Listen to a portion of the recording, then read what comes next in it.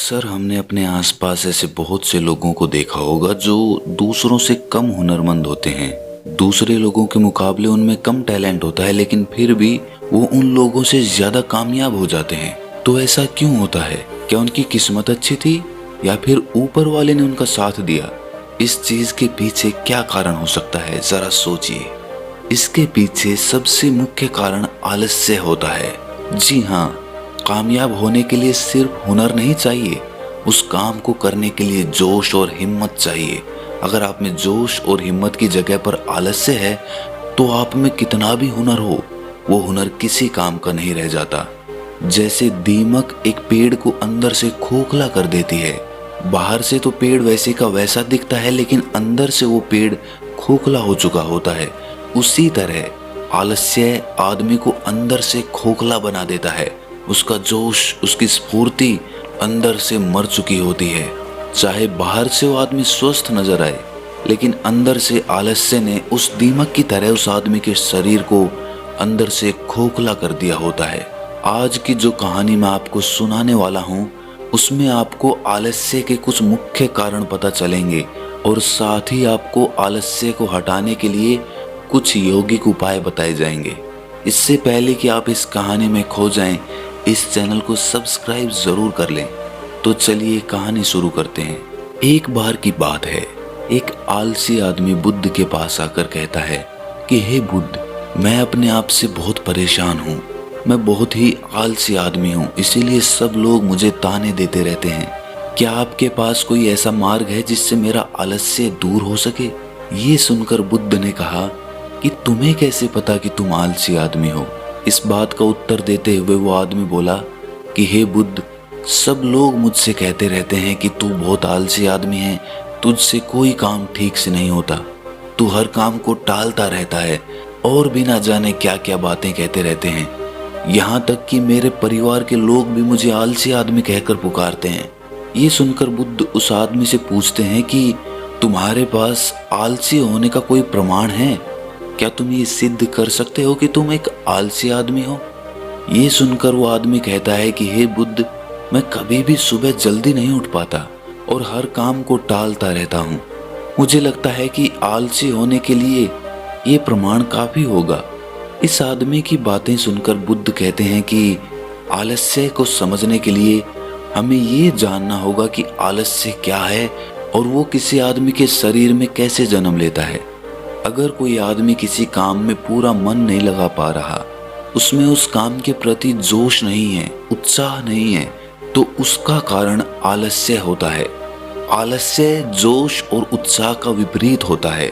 इसे समझने के लिए हमें ये जानना अति आवश्यक है कि आलस्य आदमी के शरीर में दो स्तर पर जन्म लेता है, शारीरिक स्तर और मानसिक स्तर। ये कहते हुए बुद्ध ने उसे समझाना शुरू किया कि सबसे पहले शारीरिक स्तर पे आलस्य को समझते हैं। इसके बाद बुद्ध ने अपने धम्म के भिक्षुओं की तरफ इशारा करते हुए कहा कि तुम जरा गौर से इन भिक्षुओं का चलना, उठना, बैठना और लेटना देखो। इन भिक्षुओं के चलने में एक तालमेल होता है, एक लय होती है, एक आनंद होता है। और जब ये बैठने की मुद्रा में होते हैं तो इनकी रीढ़ की हड्डी सीधी होती है और गर्दन थोड़ी सी उठी हुई होती है। और वहीं पर जब ये लेटते हैं तो इनका पूरा शरीर एकदम शांत और स्थिर होता है। और वहीं जब एक आलसी आदमी चलता है तो वो एकदम झुका हुआ, थका थका और बिना आनंद के चल रहा होता है। याद रखो, 70% आलस्य हमारे उठने, बैठने, चलने और लेटने से तय होता है। अगर हम अपनी इन अवस्थाओं को समझ लेते हैं और होशपूर्वक चलने, उठने और बैठने का अभ्यास करते हैं, प्रयत्न करते हैं, तो हमारा 70% आलस्य दूर हो जाता है। शारीरिक स्तर पर आलस्य का दूसरा मुख्य कारण होता है सही नींद ना लेना। अक्सर हमें पता ही नहीं होता कि हमें कितनी देर सोना है। याद रखो, एक मानव शरीर को सीमित समय की नींद लेनी चाहिए।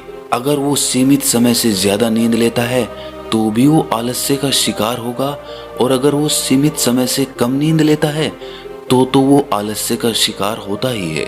ये सुनकर वो आदमी बोला कि हे बुद्ध, एक मानव शरीर को कितनी नींद लेनी चाहिए?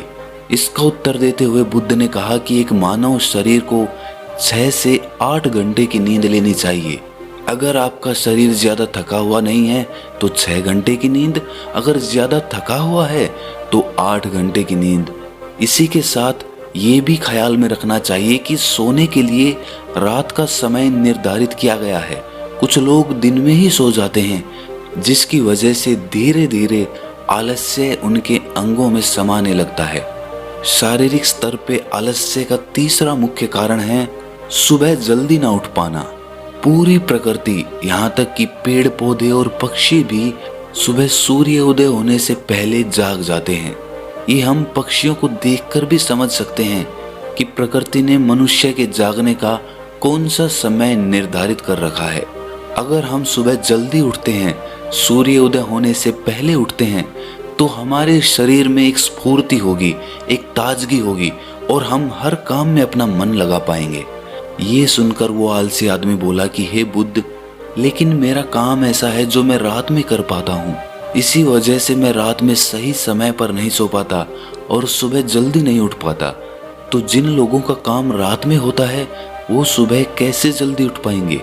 ये सुनकर बुद्ध कुछ सोच विचार करते हैं और उसके बाद कहना शुरू करते हैं कि जिन लोगों का काम रात में होता है उन्हें अपना काम पूरा मन लगाकर करना चाहिए, और यदि ऐसे लोग रात में काम करके दिन में भी सोते हैं और सीमित समय की नींद लेते हैं तो वे भी आलस्य से बच सकते हैं। लेकिन रात में जितनी गहरी नींद आती है उतनी गहरी नींद दिन में नहीं आ पाती, क्योंकि दिन में शोर शराबा ज्यादा होता है जिससे आदमी गहरी निद्रा में नहीं जा पाता। इसीलिए जो आदमी दिन में सोता है उसे कुछ ऐसी व्यवस्था करनी चाहिए जिससे बाहर का शोर शराबा उसकी नींद में बाधा ना बन सके।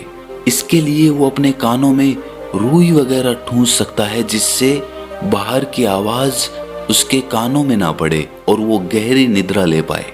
शारीरिक स्तर पे आलस्य का अगला मुख्य कारण होता है भोजन। सही समय पर और सही भोजन करना शरीर के लिए अति आवश्यक होता है। कुछ लोग ऐसा भोजन करते हैं जिसमें कोई जान ही नहीं होती। अब आप ही सोचिए, जिस खाने में जान ही नहीं है, जिस खाने में ऊर्जा ही नहीं है, वो खाना आपके शरीर को ऊर्जा कैसे दे सकता है?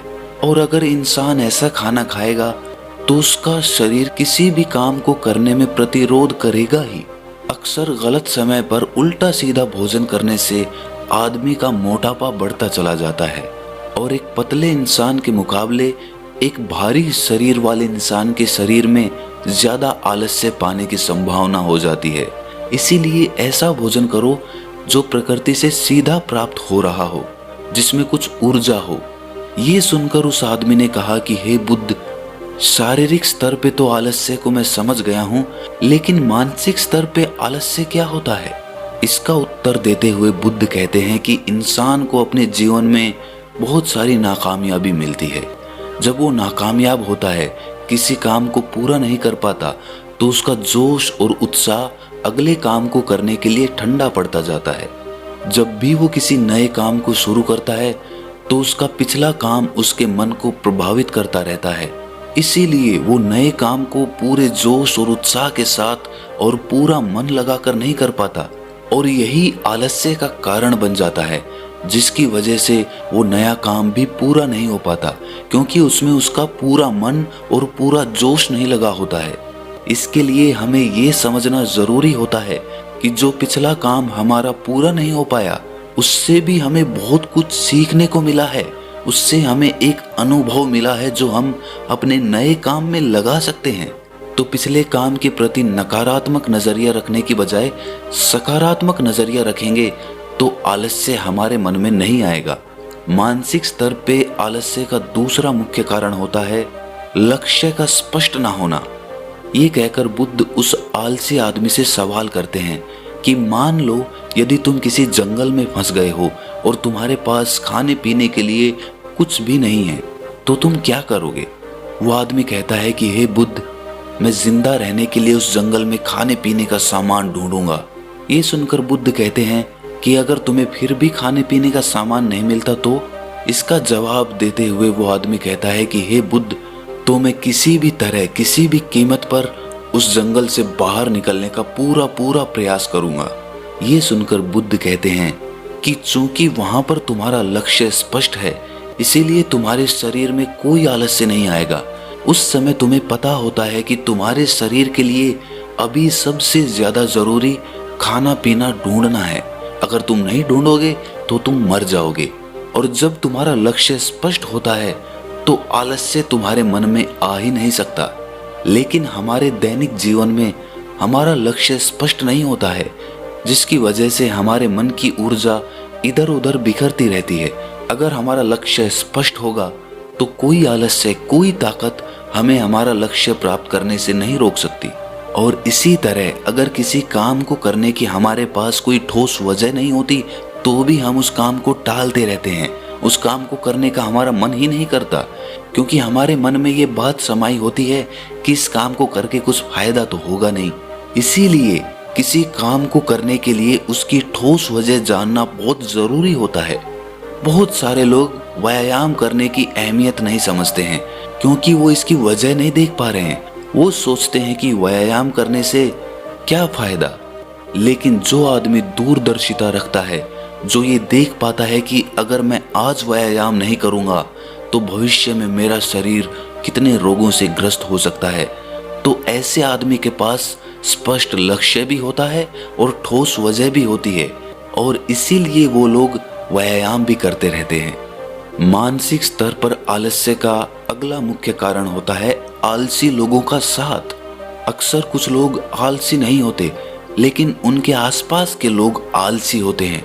अगर आपकी संगति में आलसी लोग भरे हुए हैं तो आप भी उनकी तरह हो जाएंगे। आपका भी मन काम करने से भागने लगेगा। आलस्य एक छुआछूत की बीमारी की तरह होता है। जितने ज्यादा आलसी लोगों से आप घिरे हुए हैं, आपका मन उतने ही आलस्य को पकड़ लेगा। मानसिक स्तर पर आलस्य का अगला मुख्य कारण है किसी भी काम को टालते रहना। कुछ लोगों की आदत होती है काम को टालते रहना। आज का काम कल पर, कल का काम परसों पर। हमें ये महसूस भी नहीं होता कि धीरे धीरे यही हमारी आदत बन जाती है, और ये काम को टालने की आदत धीरे धीरे आपको आलसी बना देती है। इसीलिए किसी भी काम को कल पर मत टालो। और सबसे आखिर में बुद्ध ने कहा कि किसी भी काम को करने के लिए आपके पास उम्मीद होनी चाहिए, उत्साह और जोश होना चाहिए। हर काम को नया काम समझ के करना चाहिए। इसके बाद बुद्ध ने उस आलसी आदमी से कहा कि याद रखना, अगर तुम्हारे पास कोई स्पष्ट लक्ष्य है और उसे करने के लिए तुम्हारे पास कोई ठोस वजह भी है, तो दुनिया की कोई ताकत तुम्हें वो काम करने से नहीं रोक सकती। दोस्तों, जीवन में अगर कुछ हासिल करना है तो हमारे पास सिर्फ आज का ही समय है। ये मत सोचो कि कल आएगा। ये मानकर चलो कि हमें जीने के लिए सिर्फ ये 24 घंटे मिले हैं। इन 24 घंटों में मरने से पहले मैं क्या कर सकता हूँ। ये समझ लीजिए कि एक एक सेकंड मिलकर एक मिनट बनता है, और एक एक मिनट मिलकर एक घंटा बनता है, और घंटे दर घंटे एक पूरा दिन बनता है। तो हमारे लिए सबसे ज्यादा जरूरी वो सेकंड है जिनसे पूरा दिन बना हुआ है। इसीलिए अपनी किसी भी सेकंड को बर्बाद मत करो, क्योंकि एक बार जो घड़ी बीत गई वो वापस लौट कर कभी नहीं आती। तो दोस्तों, कैसी लगी आपको ये कहानी कमेंट सेक्शन में जरूर बताना, और अच्छी लगी तो इस चैनल को सब्सक्राइब जरूर कर लेना। तो मिलते हैं अगली कहानी में, तब तक के लिए अपना ख्याल रखें।